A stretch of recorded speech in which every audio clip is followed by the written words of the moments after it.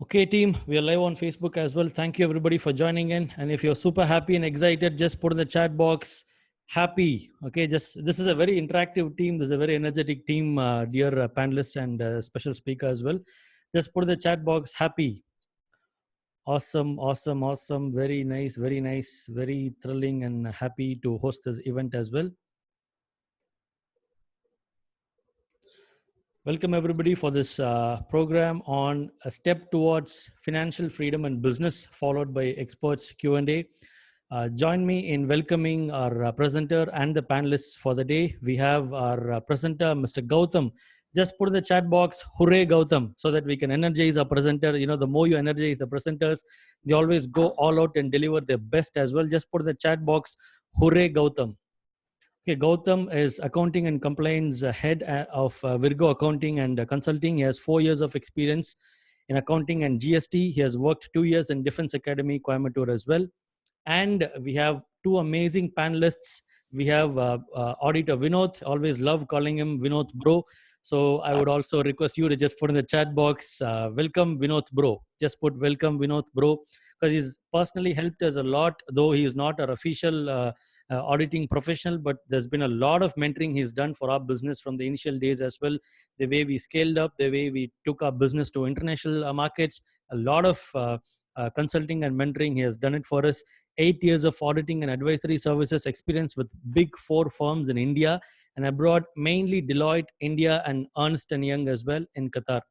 7 years of financial accounting and management, financial planning and analysis, valuation, investment banking, private equity, and consulting experience with Fortune 500 companies, mainly Microsoft and other leading commercial investment banks in the Gulf.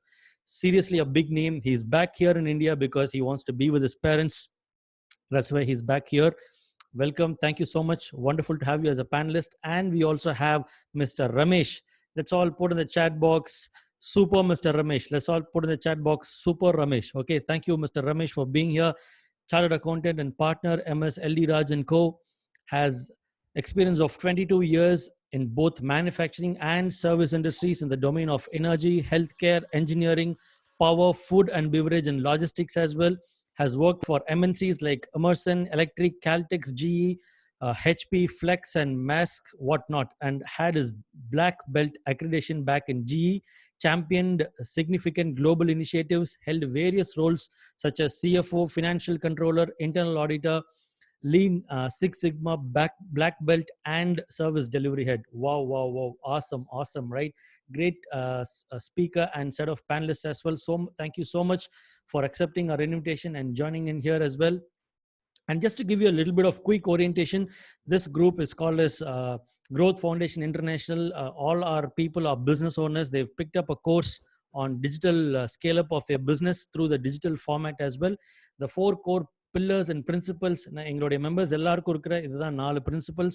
We will all be running business with vision in mind. We only talk numbers. We don't run business based on emotions. We ensure we run business based on facts, figures, and numbers. Taking care of health is also very important. So we have that as a pillar, and all of them, apart from business, is also engaged in charity activity as well. Thank you so much. That's a precise introduction. Over to Mr. Gautam. Mr. Gautam, thank you so much. You can please take the stage. Well, good morning, good evening, everyone. Am I audible enough? Yes, clear and loud.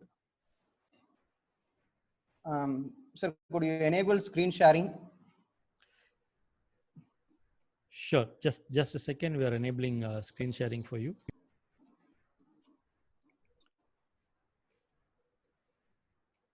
Done.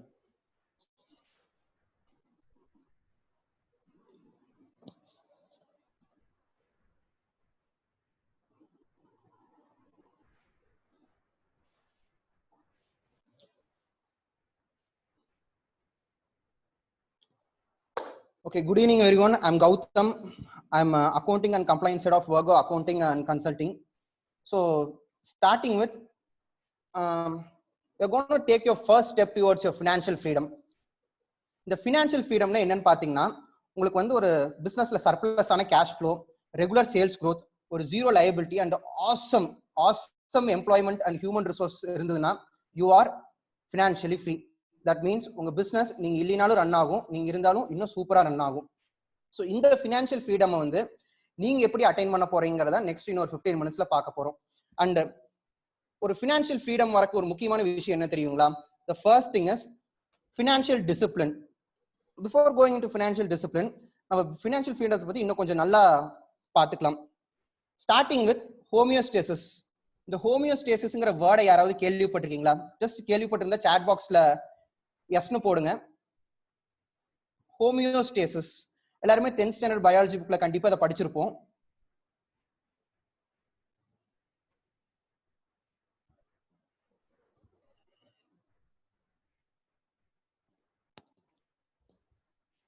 Alright. No no yes yes sorry no. Okay, ஹோமியோஸ்டேசிஸ்னா என்னன்னா,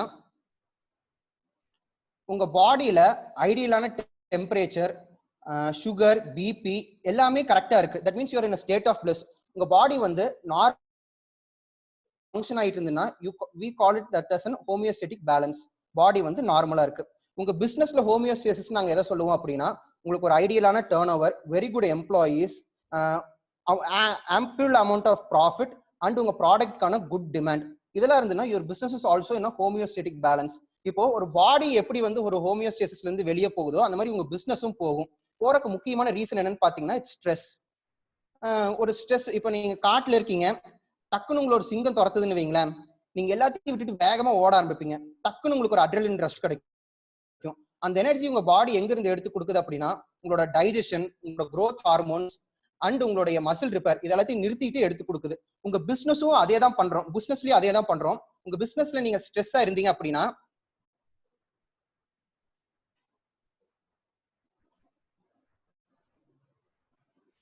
so you stop processing your information. காலையில ஒரு பிரச்சனை வரும், process பண்ண மாட்டீங்க, அந்த பிரச்சனைக்கு ஜஸ்ட் ஒரு சொல்யூஷன் மட்டும் கொடுப்பீங்க. ஒரு கிளாசிக் எக்ஸாம்பிள் சொல்லணும்னா, 30ஆம் தேதி அன்னைக்கு சம்பளம் கொடுக்குற பணம் இல்லைன்னு வைங்களேன், டக்குன்னு கடன் வாங்கி கொடுக்குறோம் சம்பளத்தை. அந்த பிரச்சனையை தான் சால்வ் பண்ணணும்னு நினைக்கிறமே தவிர, அந்த பிரச்சனையோட ரூட் காஸ் என்னன்னு சொல்லி யாருமே ஐடென்டிஃபை பண்றது இல்ல. ஏன் வந்து சம்பளம் இல்ல, எதனால நம்ம கையில கேஷ் இல்ல, கஸ்டமர் கிட்ட இருந்து நம்ம பணத்தை கலெக்ட் பண்ணலையா, போகாம கையில கொண்டு போய் பேங்க்ல வச்சு பணத்தை கலெக்ட் பண்ணி எம்ப்ளாயீஸ்க்கு நம்ம கொடுத்துருவோம். அடுத்தது யூ டோன்ட் இம்ப்ரூவ் போலாம், இல்லைன்னா டெக்னாலஜி இன்டெகிரேஷன் கொண்டு வரலாம், ஒட்டுமொத்த அக்கௌண்டிங் அண்ட் சிஆர்எம்ஐயும் ஆட்டோமைஸ் பண்ணலாம். இந்த மாதிரி எதுவுமே பண்ணாம காலங்காலமா ஃபாலோ பண்ணிட்டு இருந்த அதே விஷயத்தையே இன்னமும் ஃபாலோ பண்ணுவீங்க. அண்ட் முக்கியமா உங்களோட growth-ஐ வந்து நீங்க யோசிக்கவே மாட்டீங்க. ஜஸ்ட் இன்னைக்கு எப்படி இருக்கிறோமோ நாளைக்கு காலையில போனாலும் அதே ஃபயர் ஃபைட்டிங் தான் பண்ணுவீங்க. இதுக்கு நிறைய பேர் நிறைய வார்த்தை சொல்லுவாங்க. ஸோ சில பேர் ஃபயர் ஃபைட்டிங்கும்பாங்க, ஸ்ட்ரெஸ்ஸும்பாங்க, எக்கனாமி நல்லா இல்லை அதனால என் பிஸ்னஸ் அப்படியே இருக்குன்னு சொல்லுவாங்க. So the question to you is, இப்போ உங்க பிஸ்னஸ் ஸ்ட்ரெஸ்ல இருக்கா? Just put in your chat box. இப்போ உங்க பிஸ்னஸ் ஸ்ட்ரெஸ்ல இருக்கா இல்லையா?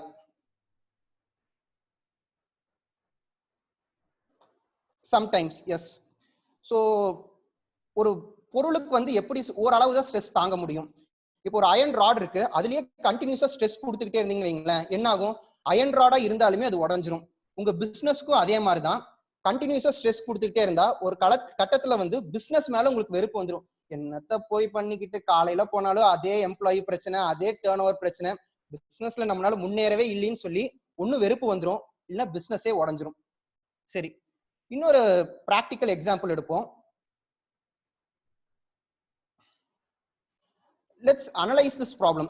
ஃபார் எக்ஸாம்பிள், இப்போ குண்டா இருக்கீங்கன்னு வைங்களேன், இஃப் யூ ஆர் ஒபீஸ், நீங்க என்ன பண்ணுவீங்க? இலக்கணும்னு சொல்லி ஒரு கோல் செட் பண்ணுவீங்க, அப்புறம் டயட்டிங் அண்ட் எக்ஸசைசிங் பண்ணுவீங்க. இதே மாதிரி தான் உங்க பிசினஸ்லயும் ஃபர்ஸ்ட் என்ன ப்ராப்ளம்ங்கிறத ஐடென்டிஃபை பண்ணுங்க and set a deadline to over come the problem. Debtors அதிகமா இருக்காங்களா, நம்ம கிட்ட பொருள் நிறைய பேர் வாங்கிக்கிட்டு நமக்கு இன்னும் பணம் திருப்பி கொடுக்காம இருக்காங்களா, 2 மாசத்துல 50% அந்த பேலன்ஸை கொண்டு வந்துருவேன் அப்படின்னு சொல்லி ஒரு set a deadline. And do budgeting. பட்ஜெட்டிங்கும் கிட்டத்தட்ட டயட்டிங் மாதிரி தான். ஒரு மாசத்துல நான் இவ்வளவுதான் சாப்பிடுவேன், இந்த நாள் இவ்வளவுதான் சாப்பிடுவேன், பிரேக்ஃபாஸ்ட் இவ்வளவுதான் சாப்பிடுவேன்னு சொல்லி உங்களை நீங்களே லிமிட் பண்ணிக்கிறீங்களா, தட் இஸ் பட்ஜெட்டிங். இந்த செலவுகளுக்கு நான் இவ்வளவுதான் பண்ணுவேன், எம்ப்ளாயிக்கு நான் 3.5 லட்சம் ரூபாய் தான் செலவு பண்ணுவேன், மெட்டீரியல்ஸ்க்கு இவ்வளவுதான் வரும்னு சொல்லி உங்களோட எக்ஸ்பென்சஸை ஃபோர்காஸ்ட் பண்ணி அது கூட ஒரு அமௌண்ட்டை ஒதுக்கி வைக்கிறீங்கல்ல, தட் இஸ் பட்ஜெட்டிங். இன்னொரு பிக்கஸ்ட் அட்வான்டேஜ் என்னன்னா ஸ்ட்ரெஸ் இருக்காது. ஆல்ரெடி பணத்தை ஒதுக்கி வச்சுட்டீங்கன்னா வரப்போற எக்ஸ்பென்ஸ்க்கு 30ஆம் தேதி ஆனா ஐயோ சம்பளம் கொடுக்கணுமேங்கிற ஒரு பயம் வராது. அடுத்தது காஸ்டிங். எக்ஸசைசிங் மாதிரி தான் காஸ்டிங்கும் ஒரு ரெகுலர் ஆக்டிவிட்டி. இன்டெப்தா வர ஸ்லைட்ல பாத்துக்குவோம். இப்போ ஃபினான்ஷியல் டிசிப்ளின்னா என்னன்னு பார்ப்போம். ஃபினான்ஷியல் டிசிப்ளின்னா என்னன்னா உங்களுடைய ஒரு கோல் செட் பண்ணி உங்க ஸ்பெண்டிங்கை கண்ட்ரோலுக்குள்ள கொண்டு வந்து உங்க அப்ஜெக்டிவை ரீச் பண்றது தான் ஃபினான்ஷியல் டிசிப்ளின். எப்படி ஃபினான்ஷியல் டிசிப்ளின் ஆகிறது? Set an achievable target, to be very precise, achievable target. Prepare a plan to achieve that target and stick to the plan. இது எப்படி இருக்கு தெரியுங்களா? 6 பேக் வைக்கணும்னு ஆசைப்படுறீங்க, ஜிம்ல ஜாயின் பண்ணி 6 மாசம் போய் 6 பேக் கொண்டு வந்துருவோம்னு சொல்றது. இதுல ரொம்ப கஷ்டமான விஷயமே இந்த செகண்ட் பாயிண்ட் தான், preparing a plan to achieve that target. சரிங்களா? இப்ப அடுத்த ஒரு 4 ஸ்லைட்ல இந்த பிளானை நீங்க எப்படி ப்ரிப்பேர் பண்ண போறீங்கிறது தான் நாங்க உங்களுக்கு கைட் பண்ண போறோம்.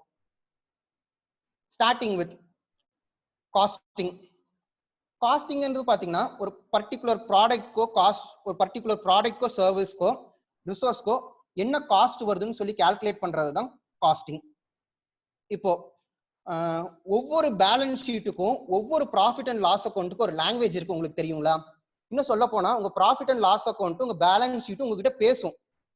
அது உங்ககிட்ட ஒரு மெசேஜை கன்வே பண்ணும், என்ன பாரு நம்ம கம்பெனியோட பொசிஷன் இப்படிதான் இருக்குன்னு சொல்லிட்டு. ஸோ உங்களுக்கு அந்த லாங்குவேஜ் புரியுதா இல்லையா? ஜஸ்ட் எனக்கு இந்த லாங்குவேஜ், என் பிசினஸ் பேசுற லாங்குவேஜ் எனக்கு புரியுது அப்படின்னா சாட் பாக்ஸ்ல எஸ்ன்னு டைப் பண்ணுங்க.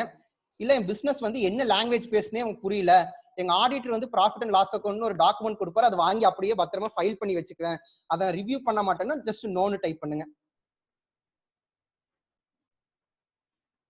No, yeah, no, no, no. சரி, உங்க balance sheet profit and loss account பேசுதுன்னு சொல்லி நீங்க ப்ராஃபிட் அண்ட் லாஸ் அக்கௌண்ட் உங்ககிட்ட பேசும் பொழுது நீங்க அது என்ன கவனிக்க வேண்டியதுன்னு சொல்லி பாத்தீங்க அப்படின்னா இந்த 4 விஷயத்தை தான் கவனிக்கணும். ஃபர்ஸ்ட், உங்களோட பிரேக் ஈவன் என்னன்னு சொல்லி உங்களுக்கு தெரியுமா? அதாவது நான் பிசினஸே பண்ணலினாலுமே எனக்கு இவ்வளவு அமௌண்ட் டேர்ன் ஓவர் நடந்துருச்சுன்னா எனக்கு லாபம் வரலினாலும் நஷ்டம் ஆகாது, என்னோட குறைஞ்சபட்சம் நான் பண்ண வேண்டிய டேர்ன் ஓவர் இவ்வளவுதான் அப்படின்னு சொல்லி உங்களுடைய break even between profit and loss உங்களுக்கு தெரியுமா? The first question. ரெண்டாவது, உங்களுடைய பிக்சட் அண்ட் வேரியபிள் காஸ்ட் தெரியுமா?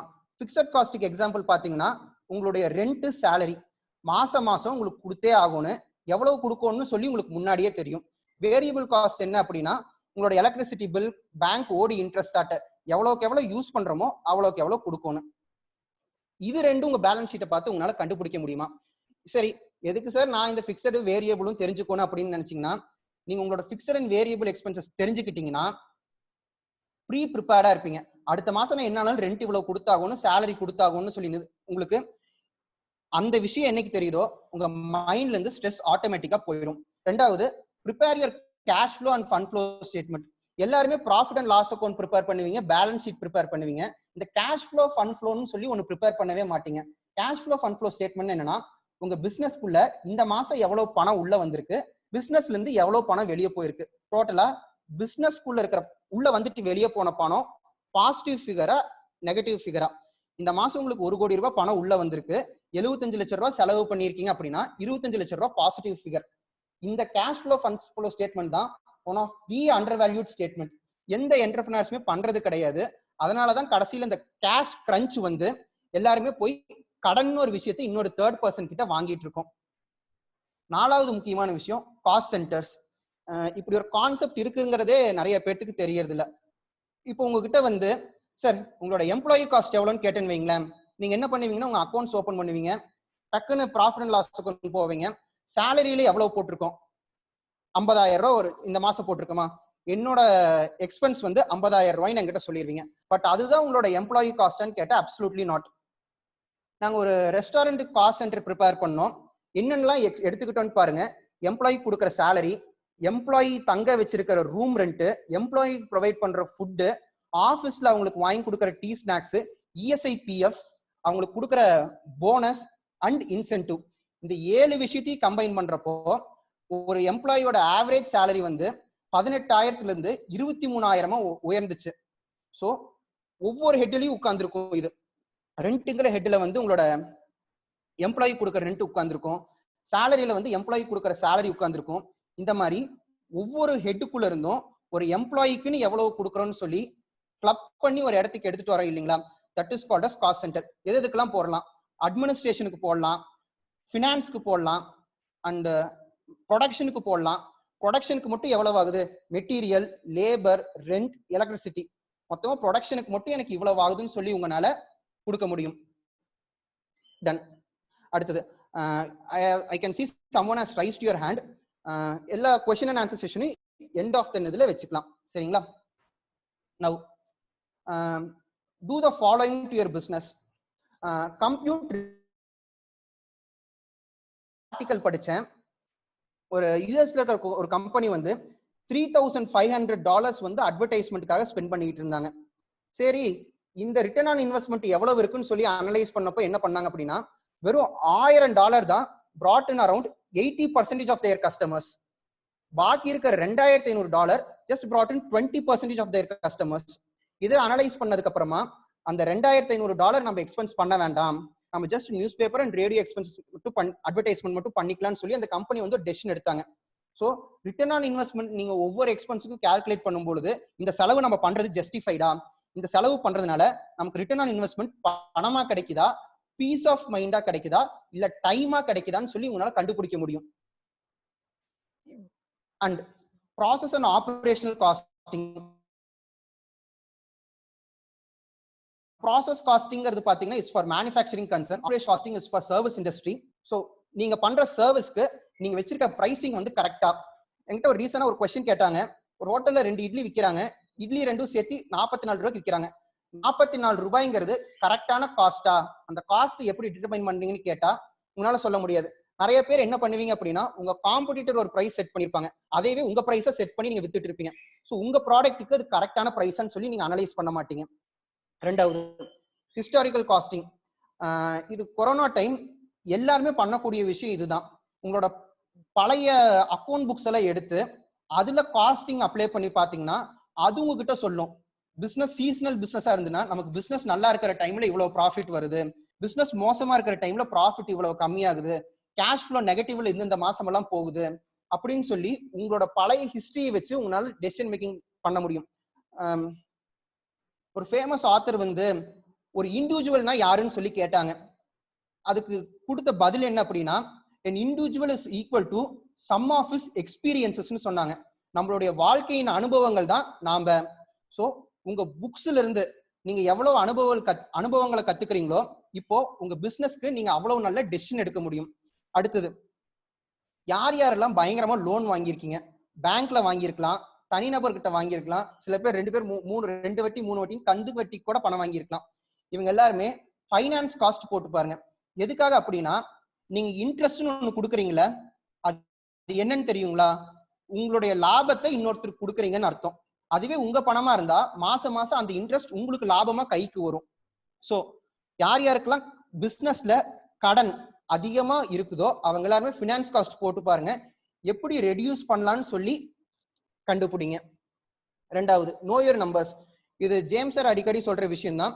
Always make your decision on your figures, not on your feelings. இதெல்லாம் வச்சு உங்களுக்கு உங்க balance sheet and profit and loss account பேசுற லாங்குவேஜ் உங்களுக்கு புரிஞ்சிருச்சு அப்படின்னா you will be in a position to take a decision based on your numbers, not on your feelings. இப்போ அடுத்தது, சரி இப்போ இந்த காஸ்டிங் போடுறோம்லங்க, இதுக்கு ஒரு சின்ன எக்ஸாம்பிள் பார்க்கலாம். ஒன் ஆஃப் மை கிளைண்ட் வந்து ஒரு 23 கோடி ரூபாய் டர்ன் ஓவர் பண்ணிட்டு இருக்காரு. ஸோ அவங்களுக்கு வந்து ஒரு சின்னதா ஒரு நம்பர்ஸ் வச்சு விளையாண்டு பார்த்தோம். என்ன அப்படின்னா, ஸ்கிரீன் எல்லாத்துக்குமே விசிபிளா இருக்கும்னு நினைக்கிறேன். ஸ்கிரீன் எல்லாத்துக்கும் விசிபிளா இருக்கு, நம்பர்ஸ் தெளிவா தெரியுதுன்னா ஜஸ்ட் கேபிட்டல் வீன்னு சாட் பாக்ஸ்ல டைப் பண்ணுங்க. எஸ், விசிபிளா இருக்கு.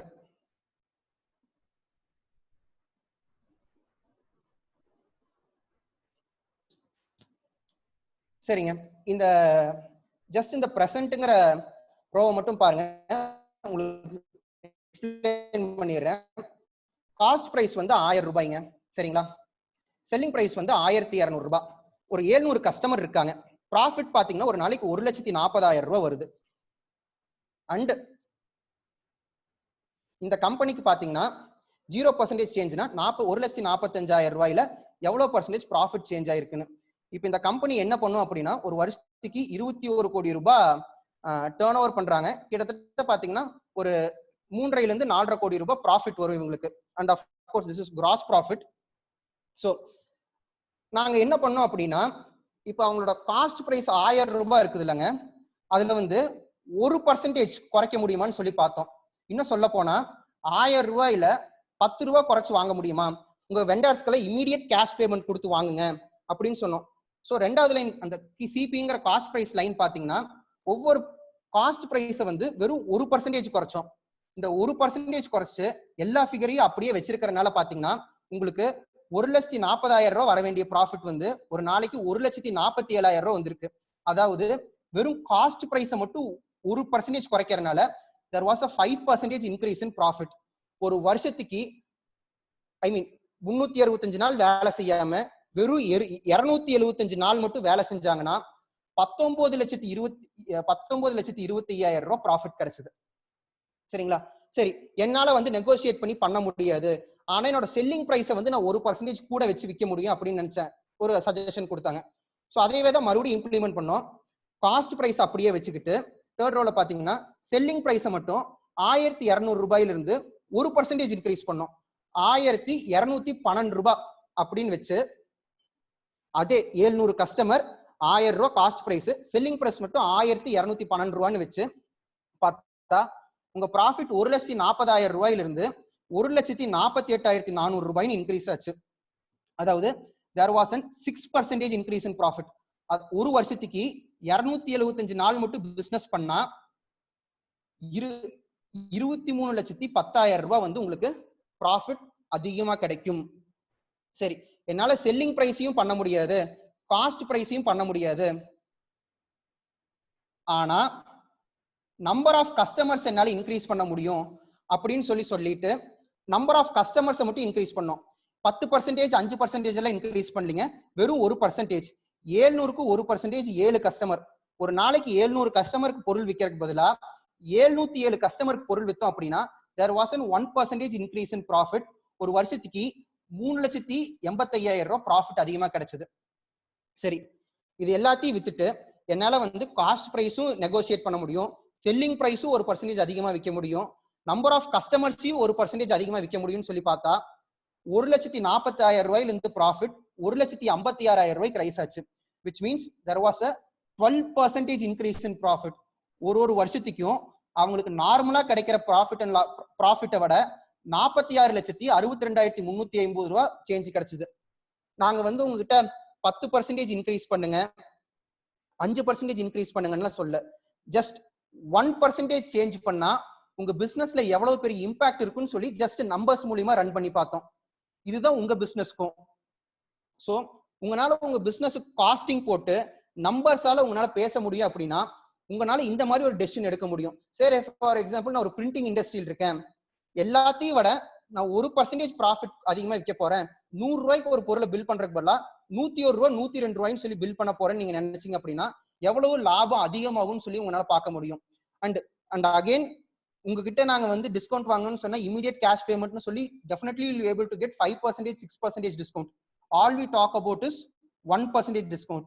ஒரு 21 கோடி ரூபாய் டர்ன் ஓவர் பண்ற கம்பெனி வெறும் காஸ்ட் பிரைஸ்ல 1% குறைச்சு, செல்லிங் பிரைஸ்ல 1% ஏத்தி, கஸ்டமர்ஸ்ல வந்து 1% கூட்டி வெறும் 3% இன்க்ரீஸ் பண்றதுனால ஒரு வருஷத்துக்கு 46 லட்சம் ரூபாய் லாபத்தை இன்க்ரீஸ் பண்றாங்க. Think about it. So this is what costing could do for you.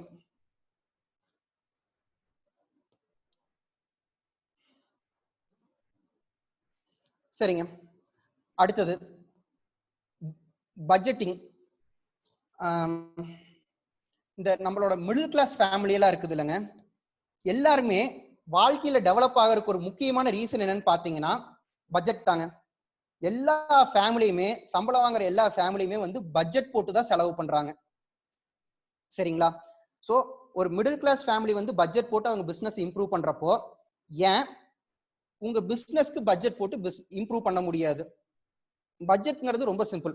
இவ்வளவுதான் செலவு பண்ணணும்னு ஒரு பிளான் வச்சு அந்த பிளான் பிரகாரம் நீங்க செலவு பண்றீங்க பாத்தீங்களா, தட் இஸ் பட்ஜெட். சோ எல்லாருக்குமே பட்ஜெட் போட தெரியும். இந்த பட்ஜெட் போடுறது எப்படின்னு இப்ப சொல்லி கொடுக்க போறோம். பட்ஜெட் போடுறப்ப எந்த ஒரு 5 விஷயத்தை வந்து மனசுல வச்சுக்கோன்னு சொல்லி இப்ப சொல்ல போறோம். சரிங்க. இந்தியாங்கிறது ஒரு மிகப்பெரிய நாடு. இந்த இந்தியாவே பாத்தீங்கன்னா பிப்ரவரி மாசம் பட்ஜெட் போட்டு தான் ஆரம்பிக்கிறாங்க. சோ இதே பட்ஜெட்டை தான் நாங்க உங்களுக்கு போட சொல்றோம். அண்ட் இந்தியா மாதிரியே தான் போட சொல்றோம்.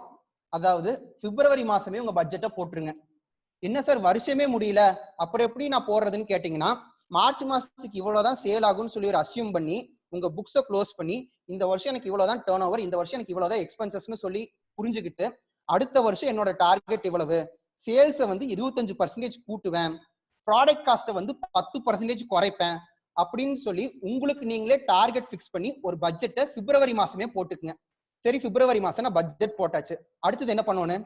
12 கோடி ரூபாய் உங்க டார்கெட்னா அதை மறுபடியும் உடைங்க. 12 மாசம் உடைங்க. மாசம் எவ்வளவு வரும்னு? 1 கோடி ரூபாய் நீங்க டார்கெட் பிசினஸ் பண்ணாதான் 12 கோடி ரூபாய் அச்சீவ் பண்ண முடியும். அப்போ ஒரு வாரத்துக்கு எவ்வளவு நீங்க பண்ணியாகணும்? 25 லட்சம் ரூபாய் பண்ணியாகணும். சரிங்களா? 25 லட்சம் ரூபாய் ஒவ்வொரு மாசமும் நீங்க சேல்ஸ் எடுத்தாகணும். சோ ஒவ்வொரு வாரமும் பட்ஜெட்டை பிரிச்சு உங்க சேல்ஸ் டீமுக்கும் மார்க்கெட்டிங் டீமுக்கும் இங்க பாருப்பா, இந்த மாசம் நாம ஒவ்வொரு வாரமும் 25 லட்சம் ரூபாய் டார்கெட் அச்சீவ் பண்ணணும்னு சொல்லி கம்யூனிகேட் பண்ணுங்க. சோ ஒரு பட்ஜெட்டை வந்து பிப்ரவரி மாசம் ஹோல் இயருக்கு பிக்ஸ் பண்ணுங்க. அதை உடைங்க. ஒவ்வொரு வாரத்துக்கு இவ்வளவு அச்சீவ் பண்ணணும்னு சொல்லி ஒரு டார்கெட் பிக்ஸ் பண்ணுங்க. அடுத்தது உங்க பிசினஸ் வந்து சீசனலான்னு சொல்லி பாருங்க. டூரிசம் இண்டஸ்ட்ரி இருக்கு. ஊட்டியில ஒரு லாட்ஜ் வச்சுட்டு நீங்க வந்து டிசம்பர் மாசம் வந்து எனக்கு ஏப்ரல் மாசம் கிடைக்கிற அதே டர்ன் ஓவர் டிசம்பர் மாசமும் கிடைக்கும்னு நினைச்சீங்கன்னா டெஃபினட்டா கிடைக்காது. இன்கேஸ் சீசனல் பிசினஸா இருந்ததுன்னா சீசனல் பிசினஸ்க்கு உங்க பட்ஜெட்டை வந்து ஆப்டிமைஸ் பண்ணுங்க. ஏப்ரல் மாசத்துக்கு 1 கோடி ரூபாய் டர்ன் ஓவர் அச்சீவ் பண்ணணும்னு நினைக்கிறதுக்கு பதிலா 20 லட்சம் ரூபாய் பண்ணணும்னு நினைங்க. டிசம்பர் மாசம் உங்க சீசன் அப்படின்னா 1 கோடி ரூபாய் பண்றதுக்கு பதிலா 2 கோடி ரூபாய் பண்ணணும்னு பண்ணுங்க. ரெண்டாவது, ஒவ்வொரு மாசமும் உட்காந்து உங்க பட்ஜெட்டையும் ஆக்சுவலையும் அனலைஸ் பண்ணுங்க. டு பி வெரி ப்ரிசைஸ், பட்ஜெட்டை ரிவ்யூ பண்ணுங்க. நம்ம எக்ஸ்பெக்ட் பண்ணதை விட நல்லா வந்திருக்கா, புவரா போயிருக்கா? புவரா போயிருக்குன்னா ஏன் புவரா போயிருக்கு, அதை எப்படி கரெக்ட் பண்றது? So review, analyse and corrective measure. In case நல்லா பர்ஃபார்ம் பண்ணியிருக்கோம் அப்படின்னா ஏன் நல்லா பர்ஃபார்ம் பண்ணியிருக்கோம், நம்ம பர்ஃபார்ம் பண்ணதுக்கு என்ன ரீசன், அதையும் அனலைஸ் பண்ணிட்டு அந்த ரீசனை வந்து நம்ம இன்னும் பெட்டரா பர்ஃபார்ம் பண்ண முடியுமா, இன்னும் ஆப்டிமைஸா காஸ்ட் எடுத்துட்டு போக முடியுமான்னு சொல்லி பாருங்க. ஆல்வேஸ் பெட்டர்மென்ட் தான் உங்க பிசினஸ்ல.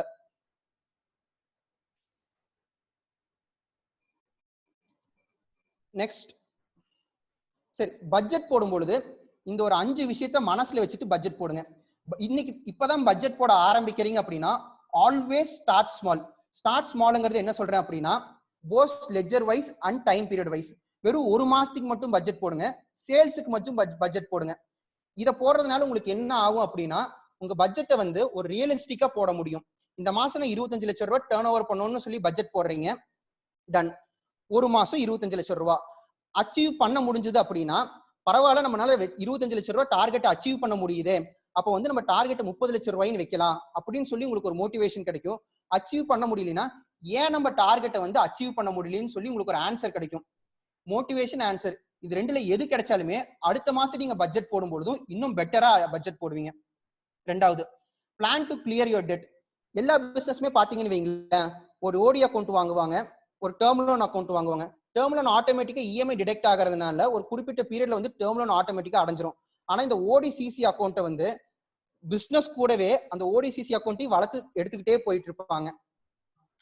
ஸோ உங்களோட டெட் எந்த அளவு இருக்குதோ, கிரெடிட்டர்ஸுக்கு கொடுக்கறது, டெட்ஸ், டேர்ம் லோன் எல்லாத்தையுமே சீக்கிரமா கிளியர் பண்றதுக்கு பாருங்க. உங்களுக்கு ஒரு சின்ன எக்ஸாம்பிள் சொல்றேன். உங்களோட டேர்ம் லோன் ஒன்று எடுத்துக்கங்க.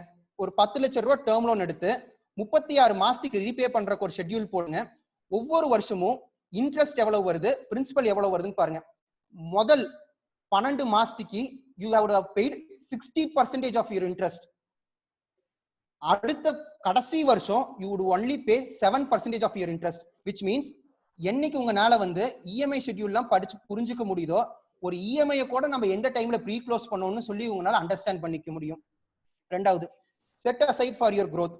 இந்த காலங்காலமா நடக்கிற பிசினஸ் எல்லாம் பாத்தீங்கன்னு வைங்களேன், ஆபீஸை ரெனோவேட் பண்ண மாட்டாங்க. என்ன ரீசன்னா நம்ம ப்ராஃபிட் அண்ட் லாஸ் அக்கௌண்ட்ல வந்து டெப்ரிசியேஷன் சொல்லி ஒரு எக்ஸ்பென்ஸ் இருக்கு. அது யாருமே பார்க்காத எக்ஸ்பென்ஸ் அண்ட் யாருமே இயர் எண்டில் போஸ்ட் பண்ற எக்ஸ்பென்ஸ். இப்போ டெப்ரிசியேஷன்ங்கிறது அந்த அசெட் ஒவ்வொரு மாசமும் வந்து தேய்மானம் அடைஞ்சுக்கிட்டே இருக்கு. மிஷினரி 10 வருஷத்துல தேய்மானம் அடைய போகுது அப்படின்னா இப்ப இருந்தே நீங்க ஒரு ரிசர்வ் செலக்ட் பண்ணி சேர்த்தீங்கன்னா தான் அட்லீஸ்ட் 10 வருஷம் கழிச்சு ஒரு புது மிஷினரி வாங்க முடியும். ஃபர்ஸ்ட் புது மிஷினரி வாங்க முடியும், ரெண்டாவது கடன் இல்லாம வாங்க முடியும், மூணாவது லாபம் அதிகமா சம்பாதிக்க முடியும். இதெல்லாம் அண்ட் அகைன் ஃபார் யுவர் க்ரோத்துக்கு இது பண்ணுங்க. Create a buffer. நம்ம என்ன பண்ணிடுவோம்னா 100 ரூபாய் வரவுக்கு 100 ரூபாய் செலவுன்னு சொல்லி ப்ராப்பரா அப்படியே எக்ஸாக்டா ஒரு பட்ஜெட் போட்டு வச்சிருவோம். ஆனா இந்த கொரோனா மாதிரி ஒரு வைரஸ் வந்து ஃபேக்டரி லாக்டவுன் ஆகுதுன்னு வைங்களேன், இந்த டைம்ல ஸ்பெண்ட் பண்றதுக்கு பணம் தெரியாது நமக்கு. திடீர்னு சீசன் குறைஞ்சிருச்சு, இல்லைன்னா கவர்மெண்ட் திடீர்னு ஜிஎஸ்டி ரேட் ஏத்திட்டாங்க, திடீர்னு நமக்கு ரா மெட்டீரியல் கிடைக்கல. இந்த மாதிரி எந்த ஒரு கலாமிட்டி வந்தாலுமே நம்மனால வந்து பேர் பண்ண முடியாது. So always have an buffer. ஏதாவது செலவு அதிகமாகுது அப்படின்னா அந்த செலவுக்கு ஒரு ப்ரொவிஷன் கிரியேட் பண்ணி வைங்க. So that you will be able to bear that in that particular period of time. ரெண்டாவது ரிவ்யூ பீரியாடிக்கலி. இது எங்க ஆஃபீஸ்ல நான் உணர்ந்த விஷயம். மாச கடைசியில் அவுட்ஸ்டாண்டிங் பார்த்தா அதிகமாயிடுச்சு. என்னடா மாச கடைசியில் அவுட்ஸ்டாண்டிங் அதிகமாயிடுச்சுன்னு சொல்லி என் ஃப்ரெண்டு கிட்ட கேட்டப்ப அவன் திரும்பி சொன்னாரு, கௌதம் மாசம் 30ஆம் தேதி அன்னைக்கு அவுட்ஸ்டாண்டிங் அதிகமாகல, மாசம் 1ஆம் தேதியில இருந்து 30ஆம் தேதி வரையுமே அவுட்ஸ்டாண்டிங் அதிகமா தான் இருந்தது. நாம தான் 1ஆம் தேதியில இருந்து 29ஆம் தேதி வரையும் பார்க்கலன்னு சொன்னாங்க. ஸோ 1ஆம் தேதியே அது ஒரு பார்த்து டெசிஷன் எடுத்திருந்தா 30ஆம் தேதி அன்னைக்கு என்னால அவுட்ஸ்டாண்டிங் கம்மி பண்ணியிருக்க முடியும். அண்ட் அகைன் ஸோ பீரியாடிக்கலா ரிவ்யூ பண்றதுனால உங்க பட்ஜெட்டை இதர் கரெக்ட் பண்ண முடியும் அல்லது உங்க பட்ஜெட்டை இன்னும் பெட்டரா ஆப்டிமைஸ் பண்ண முடியும். ஸோ இது இந்த கொரோனா டைம் எல்லாருமே என்ன பண்ணிருப்பீங்கன்னா நிறைய வெபினார்ஸ் அட்டென்ட் பண்ணிருப்பீங்க, நிறைய புக்ஸ் படிச்சிருப்பீங்க, ஆன்லைன்ல பிசினஸ் எப்படியெல்லாம் ஆப்டிமைஸ் பண்ணலாம்னு சொல்லி பார்த்திருப்பீங்க. ஸோ இதுதான் கொரோனா முடிஞ்சு ஆஃபீஸ் போனோடனே இதுதான் நம்ம பண்ணணும்னு சொல்லி கண்டிப்பா உங்க டார்கெட்டா இருக்கும். நம்மளோட புக்ஸை வந்து கம்ப்ளீட்டா அனலைஸ் பண்ணணும், அதை ரிவ்யூ பண்ணணும் அப்படின்னு சொல்லிட்டு. ஸோ நான் கத்துக்கிட்ட விஷயத்த உங்ககிட்ட ஷேர் பண்றேன். Do a financial analysis for your entire business. ஒவ்வொரு அனாலிசிஸையும் பண்ணி அதை ரிவ்யூ பண்ணுங்க and integrate technology to your business. Trust me, நாங்க கடந்த 2 வருஷத்துல டெக்னாலஜி டெஸ்ட் பண்ணதை விட இந்த ஒரு மாசத்துல டெஸ்ட் பண்ணது அதிகம். And it has brought down our numbers by huge volume. So integrate technology to your business and identify talent resources. உங்க ஆபீஸ்லயும் ஒரு ஆள் இருப்பான், எல்லா வேலையும் இழுத்து போட்டு செஞ்சுக்கிட்டு, அவனுக்குன்னு ஒரு ஸ்பெசிபிக் அமௌண்ட் ஆஃப் டேலண்ட் இருக்கும். ஆளுமைங்கிறது ஒரு குவாலிஃபிகேஷன் கிடையாதுங்க, திறமை. சரிங்களா? நம்ம நாட்டோட மிகப்பெரிய தலைவர்கள் எல்லாமே படிச்சவங்க கிடையாது, பட் ஆளுமைன்னு ஒரு திறமையோட இருந்தாங்க. Look for a wise man rather than a knowledgeable man. Identify talent resource, set process. பில்லிங்கா இனிமேல் இப்படிதான் நடக்கும்னு சொல்லி ஒரு ப்ராசஸ் செட் பண்ணுங்க. Set a system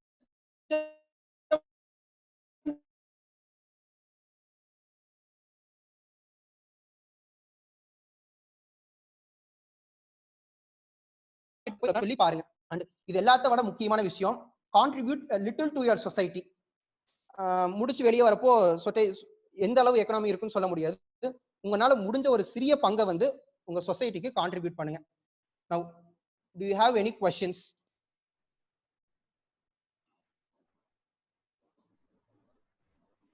Superb.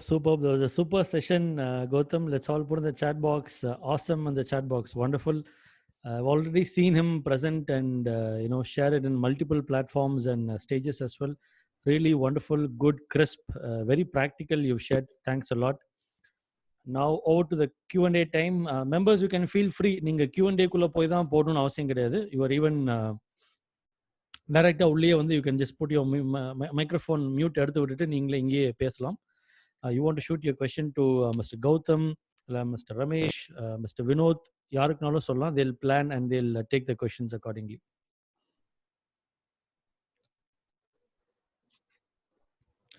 And is there something that you would like to add on, Mr. Vineeth and Mr. Ramesh, before we move to the Q&A? If there's something that you'd like to add on, James?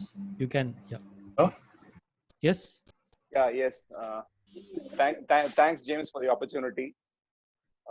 Good to see you after some time. Thank you. I'm able to see some known faces as well. Friends, I know these are all very tough times. These are all extraordinary times. We have to bite the bullet. வாழ்க்கை hope தான் இல்லையா? So we all hope that the virus subsides and we come back to normalcy. Once you come back to normalcy, probably the business will not be the same as it was before the virus. You will have to face a lot more shocks in your business. I don't think I'm saying something negative, but this is practical. What you have been anticipating before virus may not happen in most of the businesses. So you have to be ready with the shocks. Be positive. There's a lot of emphasis you guys have to, all of you have to give it on basically on cost control. I'm not saying cost reduction. Especially in the MSME sector, as Gautam was very clearly saying that, most of the business people doesn't know the numbers. So start looking at the numbers. The first point is the first thing to attract is the cost, because we don't know how much we are going to sell in the future or how much of revenue we're going to earn in the next month or in the coming months. But at least we know the cost which you are going to incur immediately. So you have to start reviewing the cost, especially on the salary cost. You cannot blanketly, you cannot just go and say I'm reducing 50% of my workforce. You can't do that, because once big business come back to normal, it's very difficult to get back the quality resource what you already have. So take a step, review the existing cost structure. Also at the same time, start thinking about technology. Okay, before this virus, how many of you people know what is Zoom?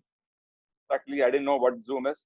If you can put in a chat box, if you say Zoom, say yes, otherwise say no.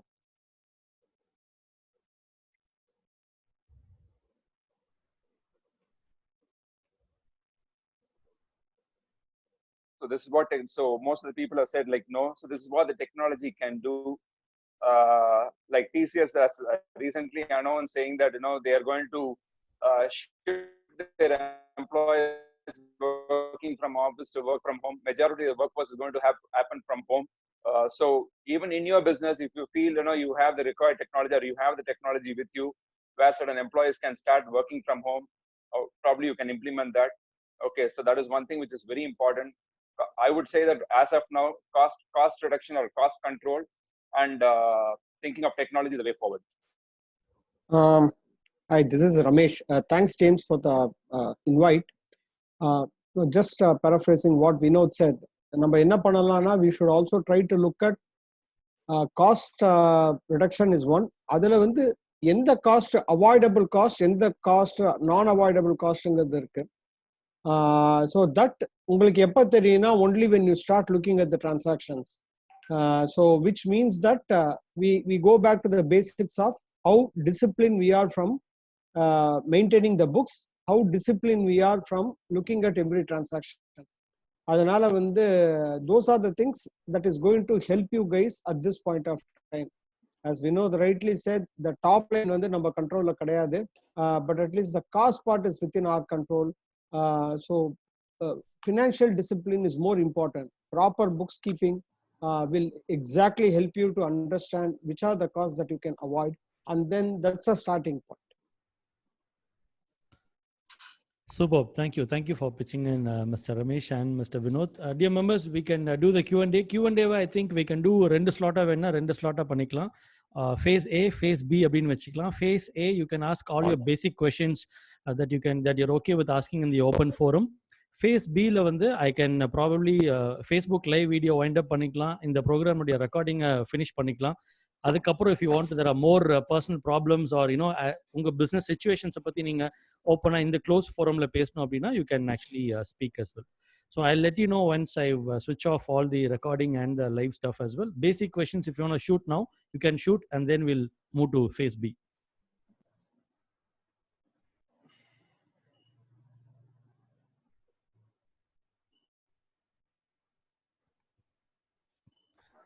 Well, you have two options. One, yeah, please. Hello sir, வணக்கம். நான் விஜய் கோவில்பட்டியில இருந்து பேசுறேன். வணக்கம் sir. வணக்கம் sir. Sir, நாங்க வந்து bakery பண்ணிட்டு இருக்கோம் சார். ஸோ இப்போ எங்களோட பிரேக் ஈவன் பாயிண்ட்ங்கிறது வந்து நாங்க எப்படி சார் கண்டுபிடிக்கிறது? என்ன பண்ணிட்டு இருக்கீங்க? Bakery sir. பேக்கரி இல்லைங்களா? ஆமா சார்.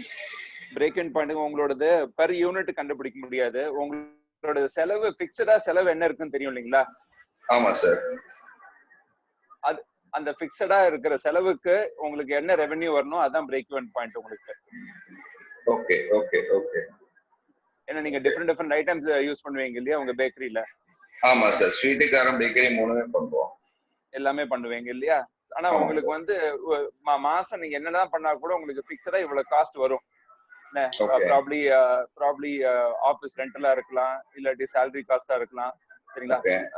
இல்லாட்டி வாட் எவர் ஆபீஸ் மெயின்டெனன்ஸா இருக்கலாம், வாட் எவர் சர்டன் காஸ்ட் எல்லாம் வந்து உங்களுக்கு பிக்சடா இருக்கும். உங்களுக்கு தெரியும் மாசம் 1 லட்ச ரூபாய் கண்டிப்பா செலவு பண்ணுவேன் அப்படின்னு. Okay sir. அந்த 1 லட்சம் ரெவென்யூ வந்து that will be your break even revenue. அதுல வந்து நீங்க வந்து யூ கேன் ஐடென்டிஃபை. அதுக்கப்புறம் உங்களோட பிரைசிங் மெக்கானிசம் பிரவர்த்தி பண்ணலாம், ப்ராடக்ட் வைஸ் பண்ணலாம். ஓகே. பொதுவா காஸ்டிங் இப்ப ஸ்வீட் இவ்வளவு பண்ணுவீங்க, காரம் இவ்வளவு பண்ணுவீங்க. சரி, பொதுவா வந்து காஸ்டிங்ல வந்து சிங்கிள் ப்ராடக்ட் காஸ்டிங் பண்ணணுமா சார், இல்ல ஒரு வெர்டிகல் காஸ்டிங் பண்ணா அட்வைசபிளா சார்?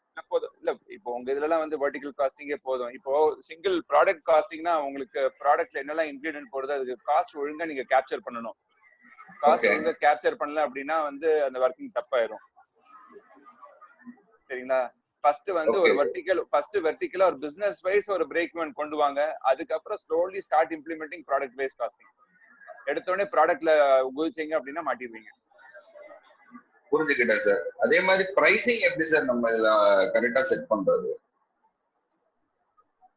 இப்போ உங்க இதுல வந்து மார்க்கெட் டிட்டர்மைன் பிரைசிங் எதுவும் கிடையாது இல்லைங்களா? ஆமா சார், ஆமா சார். பட் காம்படிட்டிவா உங்களுக்கு பிரைசிங் தெரியும். இப்போ இந்த இடத்துல எல்லாம் வந்து இந்த பேக்கரியில வந்து இந்த ஸ்வீட் அண்ட் சேவரிஸ் எவ்வளவுக்கு விற்கிறாங்க, 100 கிராமுக்கு எவ்வளவு கிடைக்கிறதுன்னு உங்களுக்கு தெரியும், ஓவராலா தெரியும். ஆமா சார். இப்போ உங்க இதுல எல்லாம் என்ன அப்படின்னா, especially I'm talking about in the MSME point of view based on our experience, in terms of accounting it on a particular inventory level இருக்கு இல்லைங்களா, அது இருக்காது. ஓவராலா சரி வாங்கினோம், சால்ட் வந்து இந்த மாசம் வந்து 5 கிலோ வாங்கினோம், சுகர் வந்து ஒரு 5 கிலோ வாங்கினோம், அதுக்கப்புறம் மிச்சம் ஆயில் வந்து ஒரு 10 லிட்டர் வாங்கினோம் அப்படின்னு சொல்லிட்டு ஓவரா போட்டு பர்ச்சேஸ் போட்டுருவீங்க. சரிங்களா? உங்களோட இண்டிவிஜுவல் காஸ்டிங் வந்து சிலதெல்லாம் பியூர்லி பை எக்ஸ்பீரியன்ஸ் உங்களுக்கு தெரியும். இந்த இதுல வந்து எவ்வளவு இன்கிரீடியன்ட் போயிருக்கு. இப்ப ஃபார் எக்ஸாம்பிள் ஒரு மிக்சர் ஏதோ தயாரிக்கணும் அப்படின்னா அதுல என்னெல்லாம் இன்கிரீடியன்ட் போயிருக்குன்னு தெரியும் உங்களுக்கு. கண்டிப்பா சார். ஓகே, அந்த இன்கிரீடியன்ட்க்கு இருக்கிற அதோட பேசிக் காஸ்டிங் உங்களுக்கு பை ஹேண்டே தெரியும். ஓகே, இந்த அரிசி மாவு இவ்வளவு இருக்கும், கடலை எண்ணெய் இவ்வளவு போடணும், இந்த எண்ணெய் போடணும்னு சொல்லிட்டு உங்களுக்கு தெரியும். சரிங்களா? ஆமா sir. Okay, 1 kilo mixture manufacture பண்ண எனக்கு இவ்வளவு தெரியும். இது வந்து டைரக்டா ப்ராடக்ட்ல இருக்கிற காஸ்டிங். ஓகே. அதுக்கப்புறம் வந்து உங்களோட இது தயாரிக்கிறதுக்கு எவ்வளவு ஆட்கள் வேணும். சரிங்களா? இப்போ இதுக்கு வந்து ஒரு ரிசோர்ஸ் போதும் அப்படின்னா நீங்க மாசம் அவங்களுக்கு என்ன சேலரி பே பண்ணுவீங்க ஆன் ஆவரேஜா? சரிங்களா? ஓகே. அது வந்து பர் டே, அது பர் டேக்கு கன்வெர்ட் பண்ணி ஒரு நாளைக்கு வந்து மிக்சர் எவ்வளவு பண்ண முடியும். ஸோ இந்த மாதிரி ஒரு டீடைல்டா ஸ்டெப் பை ஸ்டெப் சேலரி காஸ்டும் ஆட் பண்ணிக்கலாம், மெட்டீரியல் காஸ்ட் ஆட் பண்ணிக்கலாம், அதர் ஓவர் ஹெட்ஸ் ஈவன் உங்களோட உங்களுக்கு கரண்ட் கண்டிப்பா செலவாகும், ஜாஸ்தி செலவாகும் இல்லைங்களா? Electricity will be main cost. Machine வச்சிருப்பீங்க, machine will undergo a depreciation, அதுவும் உங்களுக்கு காஸ்ட் தான். கௌதம் சொன்ன மாதிரி depreciation is one cost which people don't even look into it. அதுவும் ஒரு காஸ்ட் தான். இந்த காஸ்ட்லாம் ஆட் பண்ணி அதுக்கப்புறம் ஒரு மார்ஜின் ஃபிக்ஸ் பண்ணிப்பீங்க. சரிங்களா? ஆமா சார். ஒரு மார்ஜின் ஃபிக்ஸ் பண்ணி இதுதான் ஒரு பிரைஸ்ன்னு வைப்பீங்க. அதுக்கப்புறம் இந்த பிரைஸோட உங்களுக்கு கம்பேரிட்டிவ் மார்க்கெட்ல என்ன இருக்குன்னு சொல்லிட்டு உங்களுக்கு தெரிஞ்சு ரீசனபிளா ஒரு பிரைசிங் வச்சுக்கலாம். புரிஞ்சுக்கிட்டேன் சார். ஏன்னா இப்ப நம்ம எப்படி பண்றோம்னா நார்மலா வந்து இன்கிரிடியன்ட் காஸ்ட்டை மட்டும் எடுத்து இன்டூ 3 பண்ணிடுவோம். இதுதான் நம்ம ஆரம்ப காலத்துல இருந்து பண்ணிக்கிட்டு இருக்கு. சரி, ஓகே. நார்மலா ரா மெட்டீரியல்ல இருந்து இன்டூ 3 பண்ணிடுவோம். பட் இதுல வந்து பிரைஸ் எல்லாமே இன்கிரிடியன்ட் பிரைஸ் வந்து கொஞ்சம் அப்நார்மலா போகும்போது நம்மளுக்கு சிரமமாகும். சோ அதுக்காக தான் வந்து எல்லாத்துக்குமே வந்து ஃபர்ஸ்ட் இது வந்து அக்கவுண்டிங் தான். ஃபர்ஸ்ட் ப்ராப்பரா நீங்க அக்கவுண்ட்ஸ் மெயின்டைன் பண்ணீங்க அப்படின்னா, டெய்லி அக்கவுண்ட்ஸ் மெயின்டைன் பண்ணி ப்ராப்பரா அக்கவுண்ட் பண்ணீங்க அப்படின்னா உங்களுக்கு வந்து ஃபிகர்ஸ் வந்து புக்ஸ்ல இருந்தே கிடைச்சிரும். சரிங்களா? அப்போ உங்களுக்கு காஸ்ட் ஒர்க்கிங்க்கும் உங்களுக்கு ஈஸியா இருக்கும். புரிஞ்சுக்கிட்டேன் சார். இப்ப நம்மளோடது பாத்தீங்கன்னா சார் மோர் இன்டு வந்து கேஷ் பிசினஸ் தான் சார். கவுண்டர்ல மட்டும்தான் நம்ம சேல் பண்ணிக்கிட்டு இருக்கோம். அப்படிங்கிற பட்சத்துல நம்ம கம்பெனிக்குன்னு வந்து பாத்தீங்கன்னா எவ்வளவு சார் கடன் இருக்கலாம்? கடன் இருக்கலாம். இருக்கலாம். இவ்வளவுதான் நீங்க போகணும், இதுக்கு மேல போக கூடாது. ஏன்னா கேஷ் பர்ச்சேஸ் எல்லாம் எல்லாமே கேஷ்ல தான் டீல் பண்ணிட்டு இருக்கோம். அப்படிங்கிற பட்சத்துல எவ்வளவு கடன் advisable sir. எல்லாமே கேஷ் பர்ச்சேஸ் இருக்கும்போது ஓகே கேஷ் பர்ச்சேஸ் ஓகே. இப்போ cash purchase in the sense of sorry to interrupt sir, bill to இல்ல அது புரிஞ்சுது நீங்க வந்து அமௌண்ட் பே பண்ணதா சப்ளையர் வந்து ப்ராடக்ட் அனுப்புவாங்க, புரிஞ்சுது சரிங்களா. ஓகே. ஆக்சுவலா வந்து இப்ப என்ன பேங்கிங் நார்ம்ஸ் என்ன சொல்றாங்க அப்படின்னா, உங்களுக்கு வந்து 1 கோடி உங்களுக்கு வந்து உங்களுக்கு வர்க்கிங் இது பேரு வர்க்கிங் கேபிட்டல் ஃபெசிலிட்டி அப்படிம்பாங்க சரிங்களா. Okay sir. நீங்க உங்களுக்கு வந்து 1 கோடிக்கு உங்களுக்கு வந்து சிசிஓ ஓடிஓ உங்களுக்கு வேணும் அப்படின்னா நீங்க மினிமம் வந்து 4 to 5 times of turnover பண்ணணும் சரிங்களா. 4 crores to 5 crores of turnover பண்ணணும். இதுதான் வந்து நார்ம், பேங்கிங் நார்ம்ஸ் சரிங்களா. இப்ப நீங்க 1 கோடி டர்ன் ஓவர் பண்றீங்க, 1 கோடி டர்ன் ஓவர் பண்றீங்க அப்படின்னா உங்களோட eligibility should be around 20 lakhs. அதுக்கு மேல போச்சுன்னா உங்களுக்கு எக்ஸஸ் borrowing வரும். அப்படின்னா வந்து உங்களோட borrow பண்ண அமௌண்ட் வந்து கரெக்டா வந்து உங்களுக்கு வந்து சேல்ஸ் ஜெனரேட் பண்ணி இன்கம் ஜெனரேட் பண்ண மாட்டேங்குதுன்னு அர்த்தம். புரிஞ்சுக்கிட்டேன் சார், புரிஞ்சுக்கிட்டேன். ரொம்ப நன்றி சார், ரொம்ப நன்றி. Sir I like to add one more thing. Sir சொல்லுங்க சார் ப்ளீஸ். சார் இது என்னோட எக்ஸ்பீரியன்ஸ் சொல்றேன். உங்களோட பிசினஸ்க்கு இருக்கலே மோஸ்ட் சிமிலர் திங் பாத்தீங்கன்னா ரெஸ்டாரண்ட் தான். அண்ட் எங்களுக்கு ஒரு ரெஸ்டாரண்ட் கிளையண்ட் இருந்தாங்க. இதே மாதிரி ப்ராடக்ட் வைஸ் காஸ்டிங் போடுறதுல எங்களுக்கு மிகப்பெரிய டிஃபிகல்ட்டி இருந்தது. ஓகே. நாங்க என்ன பண்ணோம்னாங்க, அண்ட் ஆஃப் கோர்ஸ் சார் சொன்ன மாதிரி நீங்க எம்ப்ளாயி காஸ்ட் எல்லாமே பண்ணிடலாம். நாங்க ரா மெட்டீரியலுக்கு மட்டும் என்ன பண்ணோம் அப்படின்னா ஒரு எக்ஸல்ல லிஸ்ட் ஆஃப் ரா மெட்டீரியல்ஸ் ஃபுல்லாமே எடுத்துக்கிட்டோம். Okay sir. ஒவ்வொரு நாளும் எவ்வளவு அமௌண்ட் ஆஃப் ரா மெட்டீரியல் வந்து கன்சம்ஷனுக்காக எடுக்கிறாங்கன்னு சொல்லி ஐடென்டிஃபை பண்ணோங்க. சிம்பிள் பேசிக் எக்ஸல் தான். பின்கார்ட் சிஸ்டம் கொண்டு வந்து எவ்வளவு எடுக்கிறாங்க. இப்போ புளி வந்து 1 கிலோ வச்சிருக்காங்க, பட் எடுக்கிறது பாத்தீங்கன்னா ரொம்பவும் கம்மியா தான் எடுப்பாங்க. 10 கிராம் 20 கிராம் 30 கிராம் தான் எடுப்பாங்க. ஸோ ஒரு நாளைக்கு இன் குவான்டிட்டி எவ்வளவு அமௌண்ட் எடுக்கிறாங்கன்னு சொல்லி ஐடென்டிஃபை பண்ணிட்டு அதை அப்படியே இன்டு ருபீஸ்க்கு கால்குலேட் பண்ணோங்க. ஸோ கன்சம்ஷன் கொண்டு வந்தோம். So what we understood is, இந்த ஃபுட் ரிலேட்டட் இண்டஸ்ட்ரி இருக்கிறப்போ 30 to 35% வந்து உங்களோட ஃபுட்டோட காஸ்ட் இருக்கும். ஓகே. ஸோ ஃபுட்டோட நீங்களும் உங்க போடணும் அப்படின்னா ஜஸ்ட் இது ஒரு எக்ஸல்லே கொண்டு வரலாம். ரெகுலரா அக்கௌண்ட் பண்ணி பாருங்க. ஒவ்வொரு நாள் நடக்கிற கன்சம்ஷன் மட்டும் என்ன பிரைஸ்னு உங்களால ஐடென்டிஃபை பண்ண முடியுமான்னு பாருங்க. ஓகே சார், ஓகே சார், நான் கண்டிப்பா பண்றேன். Sure sir, thank you. ரொம்ப நன்றி சார், அனைவருக்கும் நன்றி sir. Thank you. There is a comment here in the chat box. How long does it take for our economy to revive back approximately? Oh, that's a weird. It's very weird, and I don't think it's too mature. It's not mature at this point of time even to predict, Mr. James. See, some research reports have said that no, we have gone back 5 years backwards. Yeah. Okay. Some people, especially some people, say it will take over. So, see, India's market is more of a majority of the market is a domestic consumption market. Okay. It depends on 1 or 2 years. 2020-21 is definitely going to be a difficult year. But beyond 21, I think definitely we can look forward to a good growth in our country. Okay. Because even the GDP negative has happened one day. They have projected negative GDP only for this year, 2021. Again, 21-22, it's going to, I think there's going to be a 2% or a 3% growth. So we expect 21-22 to be a reviving year. Okay. I saw a question on cash flow and fund flow. Let me try to take it and answer it. So cash flow, fund flow, ரெண்டுமே different type of reporting. So cash flow பார்த்தீங்கன்னா எக்ஸ்க்ளூசிவா cash transactions உடைய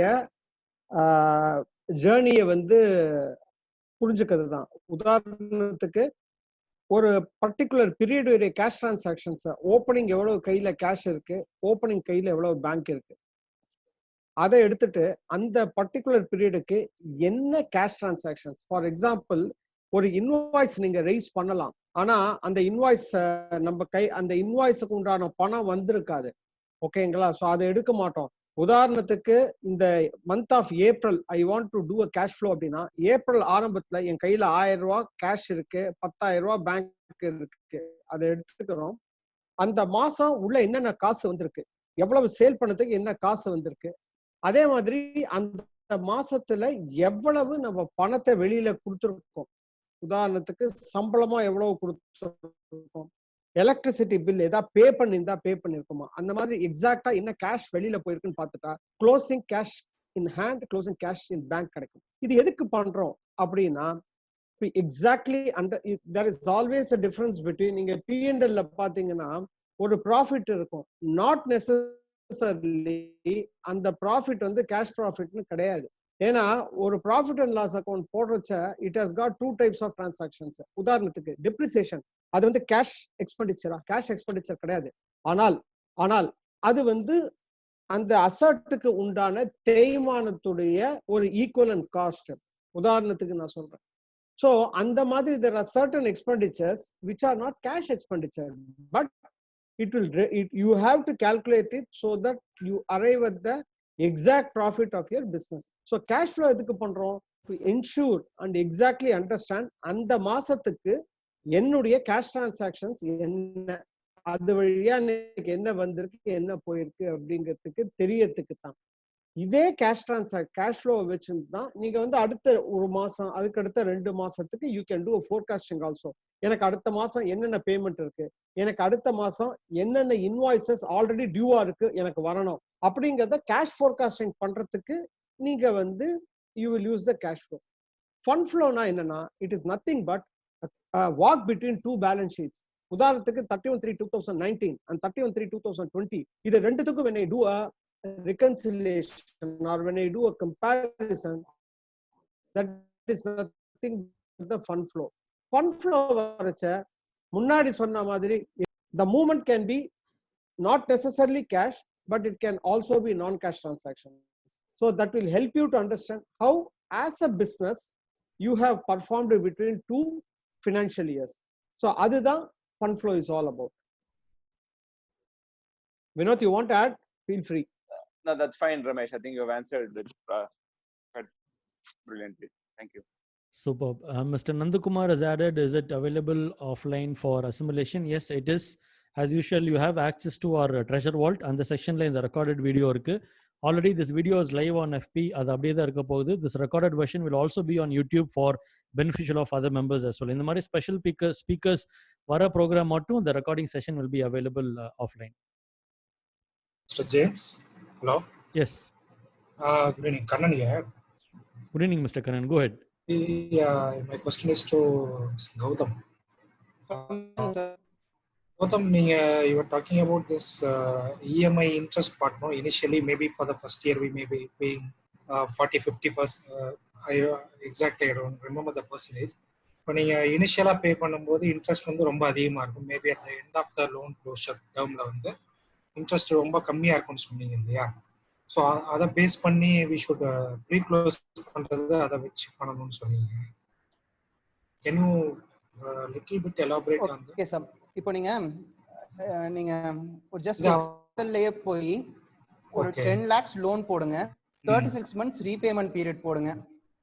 சரி. ஒவ்வொரு மாசமும் உங்களுக்கு principal repayment ஒன்று இருக்கும், interest repayment ஒன்று இருக்கும். கரெக்ட்டுங்களா? Yes S.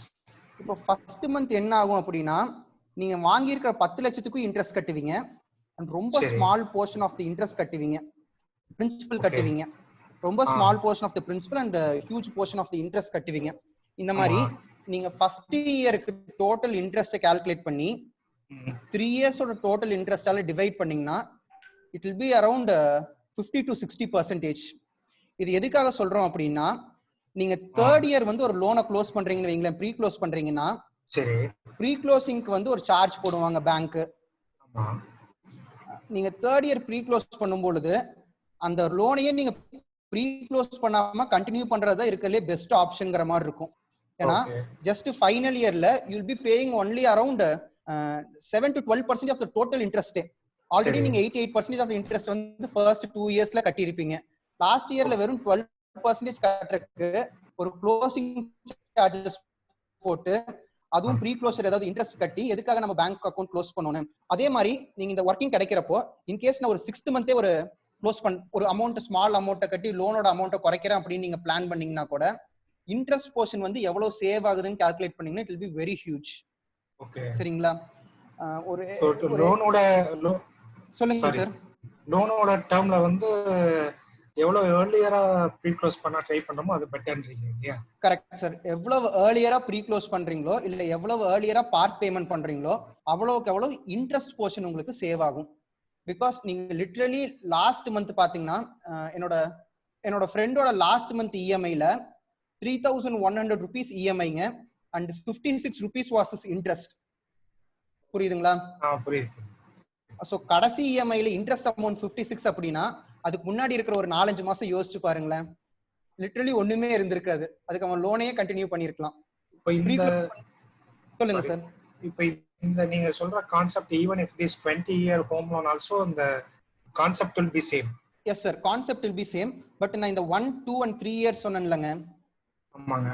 அது வந்து நீங்க ஒரு 7 years 7 years 7 yearsனு எடுத்து பாத்தீங்கன்னா ஒரு 20 yearக்கு உங்களுக்கு தெரியும். ஓகே. ஃபர்ஸ்ட் 7 year தான் அதிகமான இன்ட்ரெஸ்ட் அமௌண்ட் இருக்கும். செகண்ட் 7 years வந்து இன்னும் குறையும். லாஸ்ட் 7 years வந்து you'll be paying bare minimum. Okay, understood. Thank you. எக்ஸல்ல வர்க் பண்ணி பாருங்க சார், உங்களுக்கு நிறைய இன்ஃபர்மேஷன் தெரியும். Okay, thank you so much. Sure sir, thank you. I think somebody has asked a question on, can you elaborate on financial discipline? Gautam, do you want to answer that? Hello?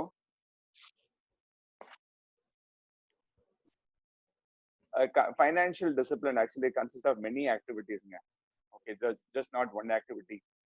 Basically, using your business funds only for business purpose, only for the purpose it is required to be used, which is called as a financial discipline. It also consists of maintaining accounting books on a regular basis, compliance, GST na GST, TDS na TDS, income tax na income tax.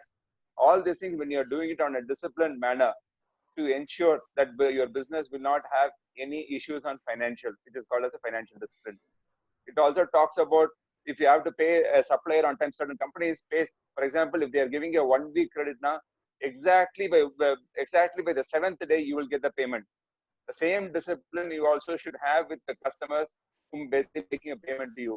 So all aspects, for example, at the same time you cannot use your short-term funds. If for example உங்க business கோசரம் பணம் வாங்குறீங்க, பேங்க்ல இருந்து வாங்குறீங்க, எதுக்கு பொருள் வாங்கி தயாரிச்சு விற்கிறதுக்கு வாங்குறீங்க, அந்த பணத்தை கொண்டு போய் இந்த இடத்துல லேண்ட் நல்லா இருக்கு, இந்த இடத்துல வேலை சூப்பரா போகும் அப்படின்னு சொல்லிட்டு அந்த பணத்தை கொண்டு போய் லேண்ட்ல போட்டீங்க அப்படின்னா உங்களால வந்து பொருள் வாங்க முடியாது. This is totally diversion of funds. So this is purely financial indiscipline. So financial discipline has many aspects. Okay, like usage of your business funds, compliance with the rules and regulations, and maintaining books. Sir, I like to ask something to all the participants. ஒரு business owner வந்து பிசினஸ்ல இருந்து profit எடுக்கணுமா இல்ல பிசினஸ்ல இருந்து salary எடுக்கணுமா? Just chat பாக்ஸ்ல போடுங்களேன்.